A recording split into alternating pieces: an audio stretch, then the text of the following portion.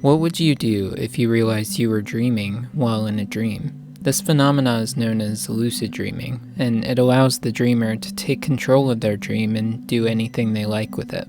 Hello everyone, this is VGTI, and I'd like you to keep the idea of lucid dreaming in mind today as we go into today's game of choice, Yume Nikki.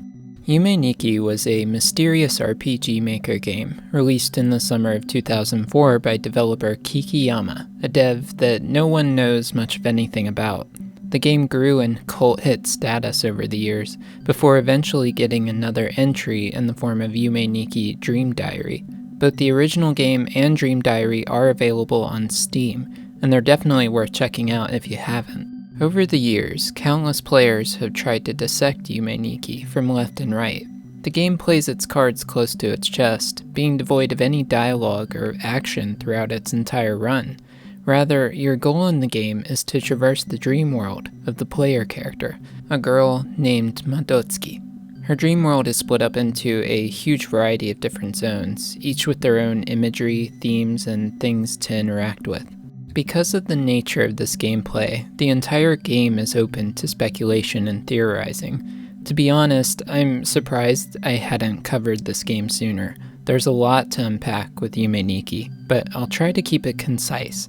As mentioned, this game has had theories galore put forth to explain what we see in it.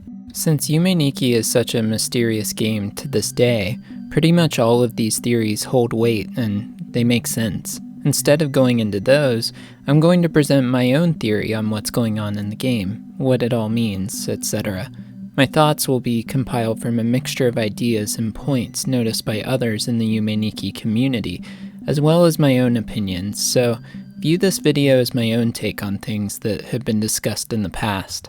Also, before we get into it, I'll put a trigger warning here.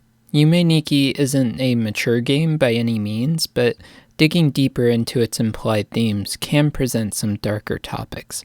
Things like depression, self-harm, sexual assault, and the like will all be discussed, so be forewarned. With that out of the way, let's take a deep dive into Yume Nikki.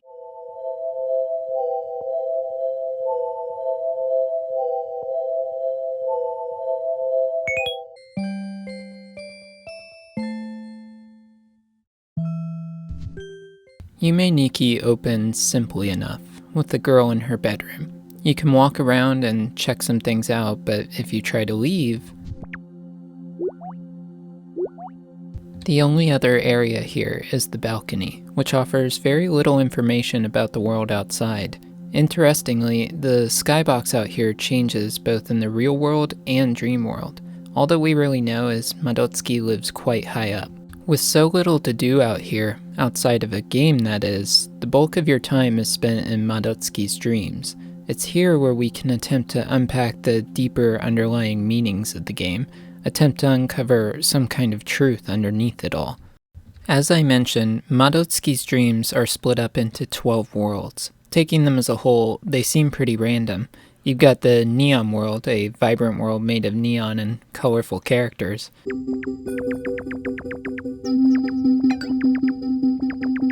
Or the Dark World, an area with mysterious symbols that's hard to navigate without a certain power.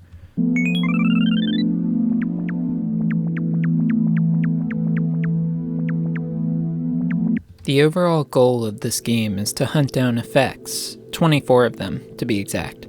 The effects give Madotsuki access to different abilities. Some of them are very useful in navigating the dream world, like the bike. Others are more for aesthetics, like the blonde hair effect. They can be pretty tricky to find, but it's the only way to see the game's ending. This is where we can begin theorizing. Nothing is told to the player directly about Madotsuki or her life.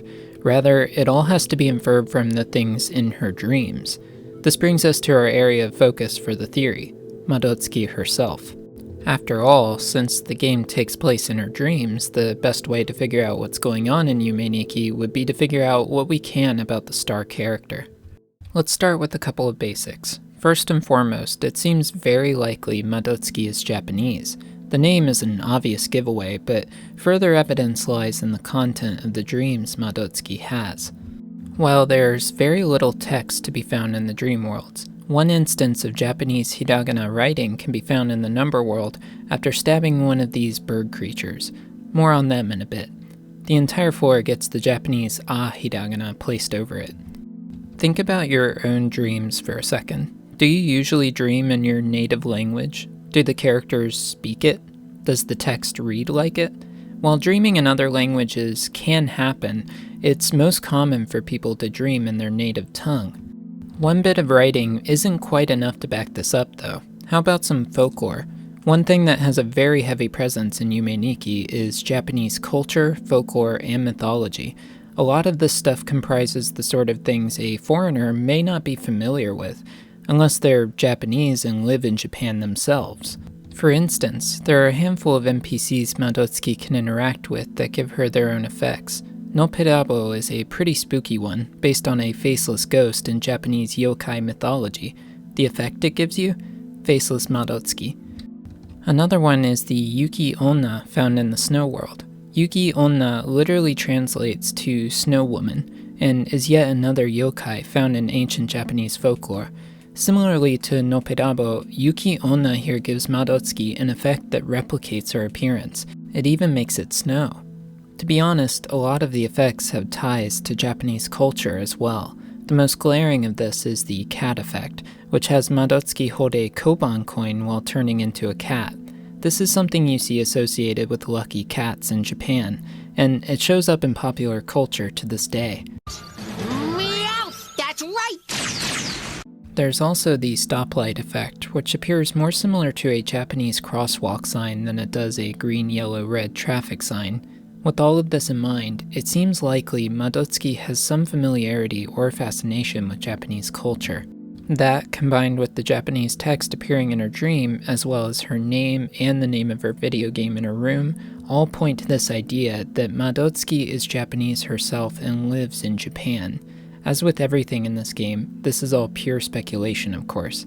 We don't even know if Madotsuki is her real name, but for the sake of this theory, we'll be going under this assumption. So we know a little about her background now. With Japan in mind, let's dig deeper. We can never quite tell how old Madotsuki is, but based on her appearance, the sound of her voice,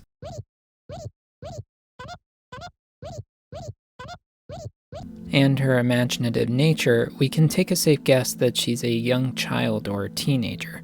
This also means that she likely, at one point, attended school on a regular basis. I don't know about you guys, but I personally dream about school a lot, even well after graduating.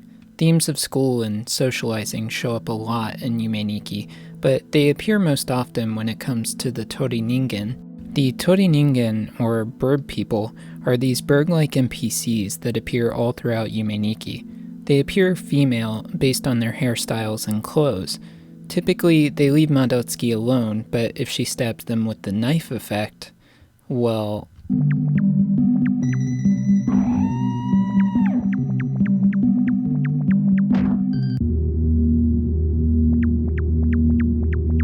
From what I can tell, the Tori Ningen represent other kids who are teenagers Madotsuki's age in real life, and more importantly, her inability to connect with them.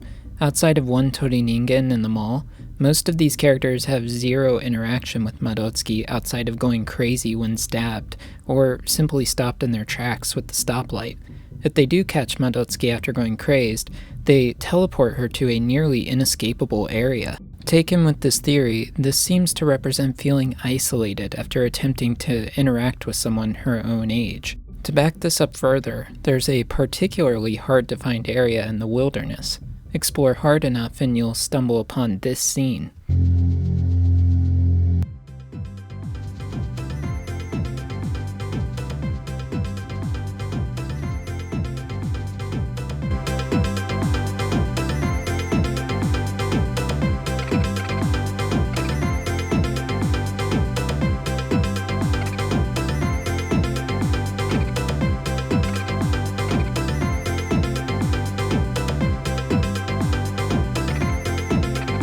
This scene hits hard, especially as someone who also grew up pretty socially awkward in school. Madotsuki sees all of these girls having fun, eating food, playing music, but she can't get close enough to participate. You might be starting to see where I'm going with this theory. Taking the points we've laid out so far, Madotsuki is an isolated and socially awkward girl living in Japan. This theme of isolation is something the Yume Nikki community has documented extremely well, and it persists throughout the entire game. Most areas are vast stretches of landscape, and even when you do stumble across NPCs, there's usually very little you can do to interact with them. This leads me to the main point of this theory, and what Yume Nikki appears to be about as a whole: the inability to connect with the real world. Have you ever heard the term hikikomori? It's a problem that has crept up in Japan for the past handful of decades, and the word translated means to be confined. Hikikomori primarily seems to affect Japanese youth, and it's commonly defined as someone who lives life as a shut-in. They have few, if any, friends, never venture outside, and get most of their entertainment from indoor activities like games, reading, etc.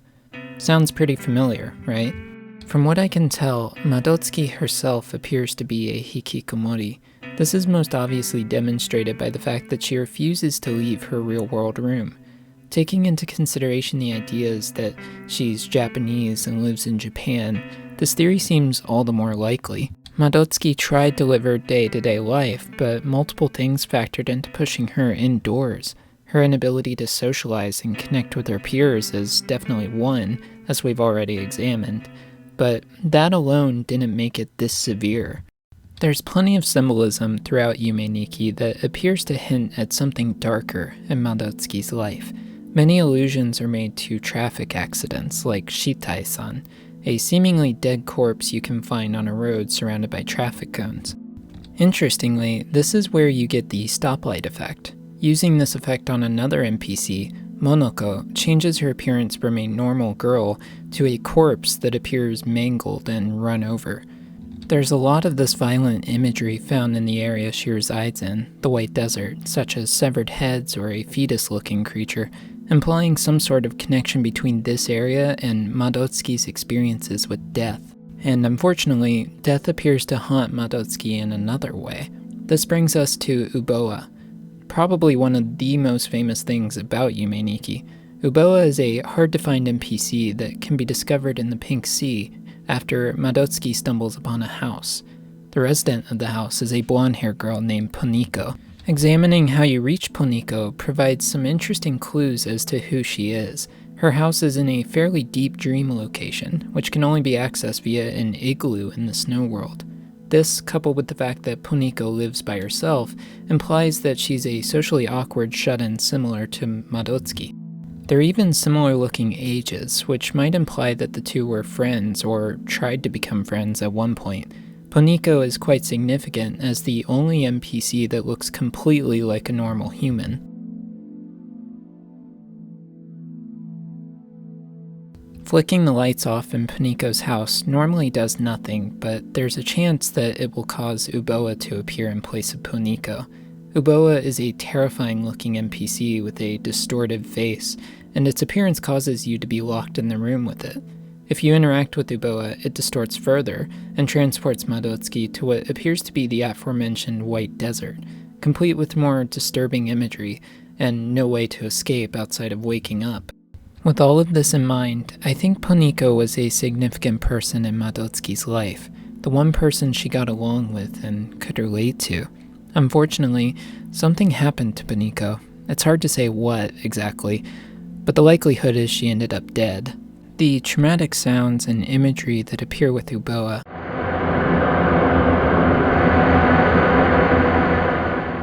coupled with being transported to the White Desert, a place we already associated with death and corpses, implies Poniko befell some sort of tragic end. This was likely a huge motivating factor in forcing Madotsuki to stay inside, isolated. The whole sequence gives off big guilt vibes, as if Madotsuki feels personally responsible for what happened to her, hence why she ends up trapped in the White Desert after this. There are also a number of more sexual undertones that can be discovered in more obscure events. As was the case with Poniko, the deeper these events are within Madotsuki's dreams, the more she wanted to bury them away.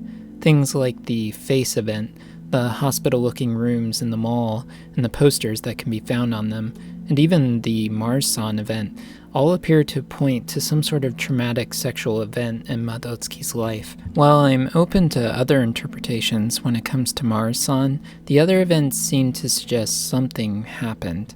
This, on top of everything else we discussed, likely drove Madotsuki further and further into isolation. Japan's crime rate is fairly low in real life, but incidents of sexual harassment, especially towards females, are quite high, and it's a problem other media has brought up as well, not just in Yume Nikki. Finally, let's talk about the ending to the game. After finding all 24 effects and placing them in Madotsuki's nexus, something changes in the real world. Head out to the balcony and you'll discover a small set of stairs have now appeared there, leading off into the void below. The game ends with Madotsuki jumping off of the balcony, plummeting to the ground. The final thing we see is a pool of blood in the darkness, with a couple of Madotsuki's dream jellyfish appearing by the blood. Interestingly, these jellyfish can be found in the dense woods area of the game. They're also one of the few NPCs that don't die when you stab them with a knife. This ending is one packed with many layers of interpretation. Did Madotsuki really kill herself? Did the isolation become too much, or was she simply in another dream, trying to wake herself up from that too? The appearance of these jellyfish makes it hard to say what was real and what wasn't, though it's important to note hikikomori syndrome is typically associated with depression, and suicide rates among hikikomori tend to be higher than average. Make of that what you will. With the isolation theory in mind, this ending can be viewed one of two ways: optimistic or pessimistic. Optimistic in the sense that it symbolically represents Madotsuki attempting to escape her intense isolation and get back out into the real world, or pessimistic in that it got too much to bear. All in all, this is the story I think Yume Nikki was trying to tell.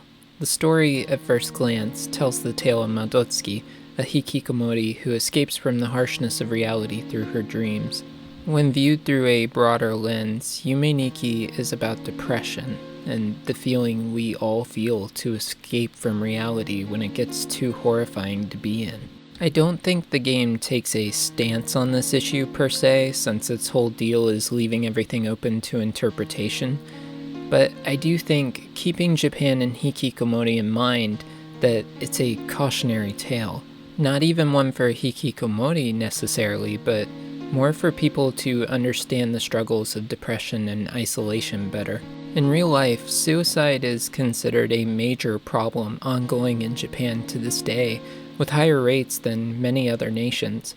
Your mileage may vary on why this is, though it's often considered a result of high expectations and overwork. Both of those factors are theorized to be big contributors to what turns people into hikikomori.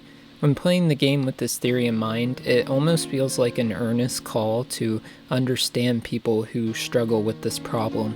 Depression is a complex issue with a huge variety of factors that influence it, and the more understanding it has on a personal level, the more I feel can be done to combat it.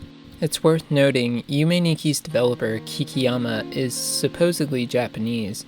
Not much is known about them, but the game's FAQ is written in Japanese, and Kikiyama's provided email ends with a .jp domain. For the purposes of this theory, it would make sense that Kikiyama has some familiarity with hikikomori and the pressures they face in Japanese society, which would definitely influence what we see in-game quite a bit. As someone who has struggled with depression in the past, this meaning within the game becomes a bit clearer. I first played Yume Nikki around when I was 14 or 15, and at the time, I wasn't struggling with depression. That didn't happen till several years later, which made subsequent playthroughs feel quite different. In all honesty, it's only made me respect the game even more than I already did. Madotsuki's story isn't told in words, only through the game's imagery and themes, yet it still manages to convey how hard life can feel, and how easy it can be to seek escapism in something like dreams. Lucid dreaming is a well-known phenomena, and it's one Madotsuki seems to have a handle on. After all, the effects used in-game appear to be her controlling her dreams. Remember how I said to keep lucid dreaming in mind? That's why. I myself have practiced lucid dreaming for around a decade now, and it's equal parts an amazing tool and easy escapism. Overall, I feel that's the story Yume Nikki was trying to tell. Not just the story of a hikikomori struggling with loneliness and isolation, but also the story of the harshness of reality, of society, and how something we all do at night can mingle with depression, how it can be a tempting form of escape. Yume Nikki isn't providing any answers to depression because there aren't any. It's simply trying to get people to understand it. And honestly, we could use more of that. Thank you all so much for watching this. Yume Nikki is something I've always wanted to cover on this channel, but never really knew how. In the end, I decided on the more general approach I took in this video, attempting to explain the game's overall plot and meaning. With that said, there's so much more to this game I could do videos on. Even with everything I discussed in this video alone, I feel I've barely scratched the surface when it comes to Yume Nikki. So if there's anything pertaining to the game that you'd like me to talk about that I didn't cover here, let me know in the comments. Same goes for any other games or topics as per usual. I'd like to do a video on the game's follow-up, Yume Nikki Dream Diary, at some point too. Again, thanks for watching, and consider subscribing and liking the video if you haven't already. I upload whenever I feel like it, so there's no exact schedule, but I hope you'll look forward to the next video nonetheless. Keep theorizing, and I'll see you all next time.